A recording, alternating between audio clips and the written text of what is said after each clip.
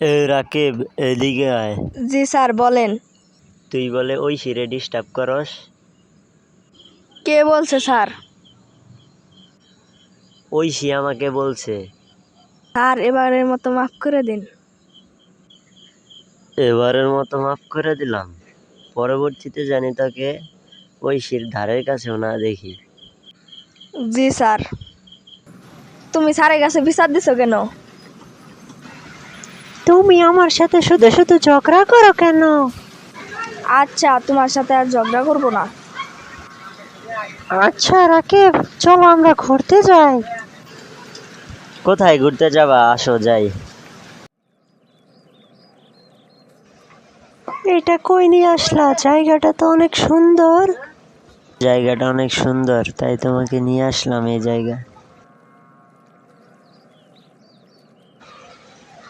তোমাকে একটা কথা বলবো, অনেক দিন ধরে বলতে চাই, বলা হয়নি।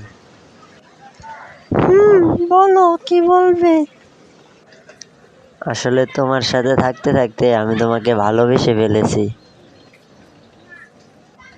কি বলো, সত্যি?